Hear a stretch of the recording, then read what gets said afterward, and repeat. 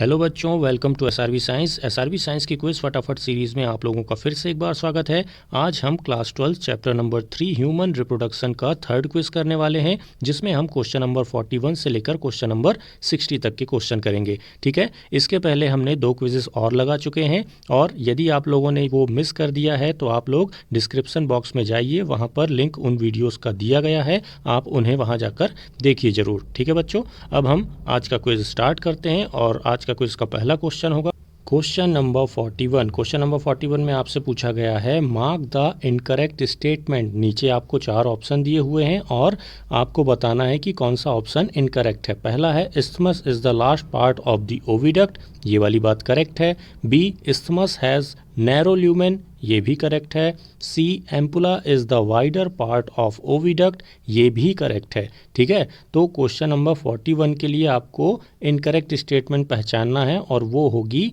None of the above. मतलब ये तीनों करेक्ट हैं, मतलब आंसर होगा आपका D, none of the above. चलिए आगे बढ़ते हैं क्वेश्चन नंबर 42।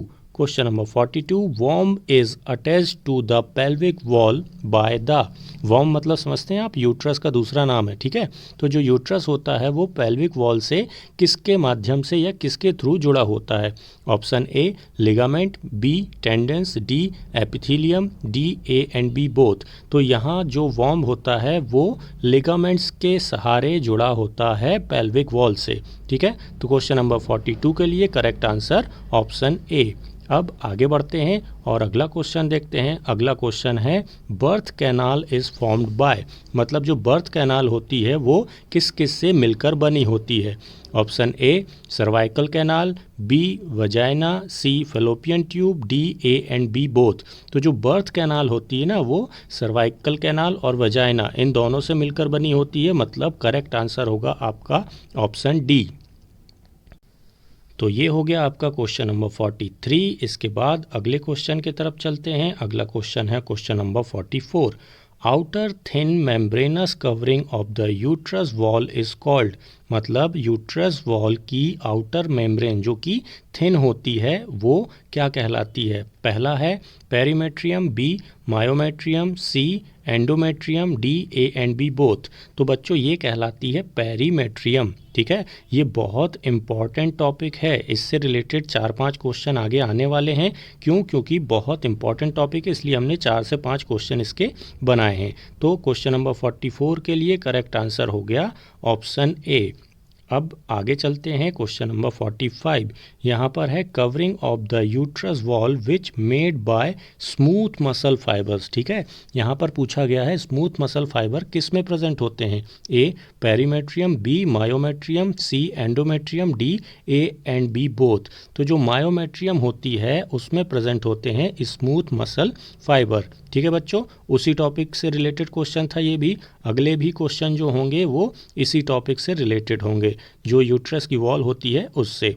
46 क्वेश्चन। ठीक है, covering of the uterus wall which contracts strongly during delivery of the baby. मतलब कि जब बच्चे का जन्म होता है तब यूट्रस की कौन सी वाली वॉल में बहुत तेज़ी से क्या होता है? संकुचन होता है, यानी कि वो कॉन्ट्रैक्ट होती है, सिकुड़ती है। Option A perimetrium, B myometrium, C endometrium, D A and B both. तो यहाँ पर जो कॉन्ट्रैक्शन होता है सबसे ज़्यादा वो होगा आपके मायोमेट्रियम में। ठीक है, जिसमें स्मूथ मसल सेल थी उसी में। चलिए ये हो गया क्वेश्चन नंबर 46। अब आगे बढ़ते हैं क्वेश्चन नंबर 47 की तरफ चलते हैं। क्वेश्चन नंबर 47 है आपका covering of the uterus wall which contain glands and many blood vessels. यानी कि यूट्रस वॉल की कौन सी वाली लेयर जिसमें ग्लैंड्स और ब्लड वेसल्स प्रेजेंट होती है? Option A perimetrium, B myometrium, C endometrium, D A and B both. देखिए ऑप्शन आपके बदल नहीं रहे हैं क्वेश्चन नंबर 44 से, ये चलेगा क्वेश्चन नंबर 49 तक। ठीक है, क्योंकि ये टॉपिक बच्चों बहुत इंपॉर्टेंट है और इससे क्वेश्चन आते रहते हैं, इसलिए हमने ढेर सारे क्वेश्चन उन्हीं से बनाए हैं। चलिए देखिए क्या है आपका क्वेश्चन कि पूछा जा रहा है ग्लैंड और मैनी ब्लड वेसल्स किस में प्रेजेंट होती हैं? तो वो प्रेजेंट होती हैं आपके एंडोमेट्रियम में। ठीक है, चलिए ये हो गया क्वेश्चन नंबर 47 का करेक्ट आंसर ऑप्शन सी। अब आगे बढ़ते हैं और अगला क्वेश्चन होगा question number 48, covering of the uterus wall which break down during the menstrual cycle. ये वाला क्वेश्चन तो आया हुआ ही है, ठीक है। तो मेंस्ट्रुअल साइकिल के दौरान यूट्रस वॉल की कौन सी वाली लेयर टूटती है? A perimetrium, B myometrium, C endometrium, D A and B both. तो यहाँ जो टूटने वाली लेयर होती है वो है एंडोमेट्रियम ड्यूरिंग मेंस्ट्रुअल साइकिल। अब आगे चलते हैं और इस टॉपिक का लास्ट क्वेश्चन करते हैं।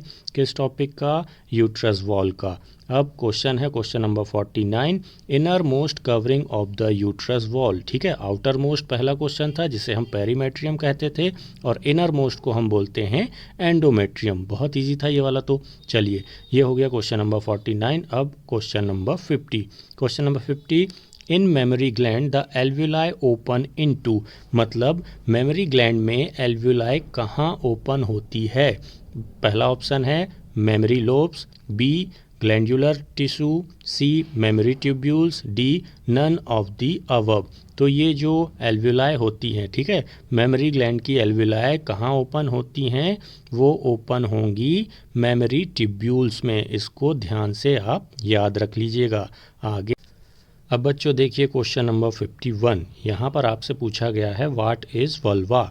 ठीक है, तो ये क्वेश्चन आपकी एनसीईआरटी बुक का नहीं है। ठीक है, एनसीईआरटी में ये नहीं मिलेगा, बस ये जनरल इन्फॉर्मेशन के लिए है। आप लोग इसे याद रख लीजिएगा बस। Option A male external genitalia, B female external genitalia, C male and female external genitalia, D none of the above.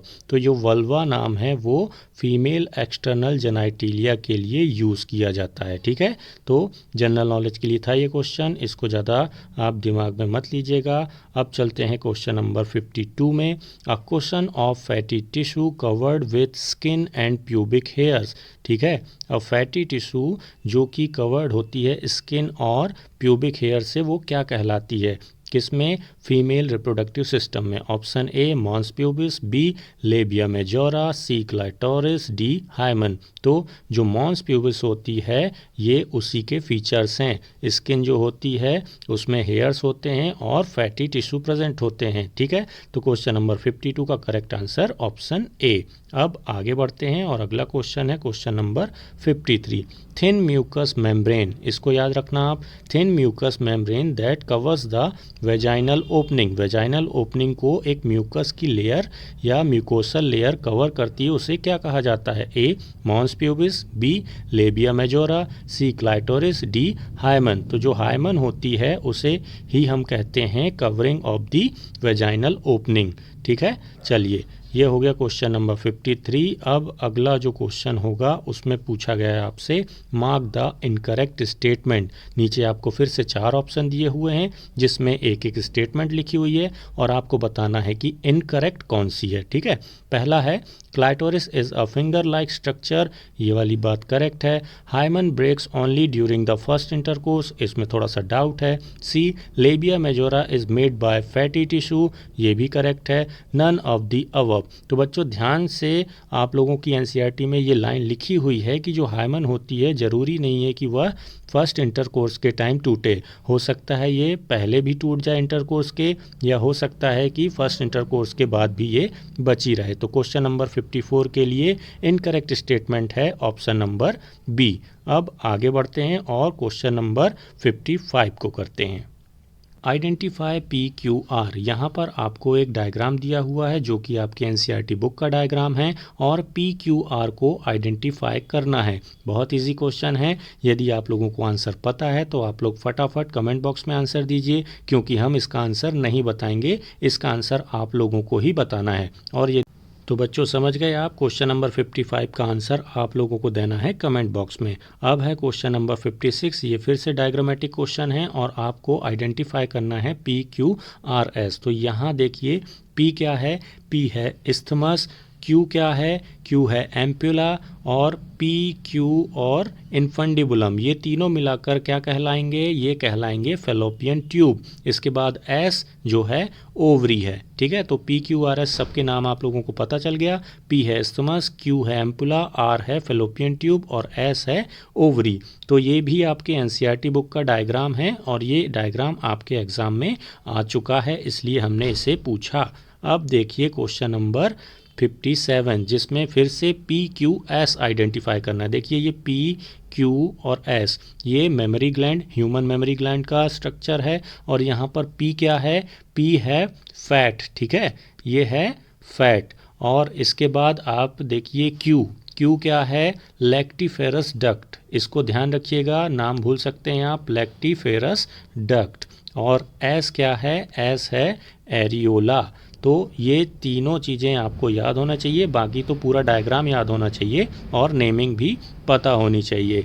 चलिए ये हो गया क्वेश्चन नंबर 57। इसके ये देखिए क्वेश्चन नंबर 58 में फिर से वही डायग्राम है जिसमें पिछले क्वेश्चन का जो आंसर है, देखिए आप, ये पूछा गया था आपसे और पूछा गया था ये और ये, ठीक है।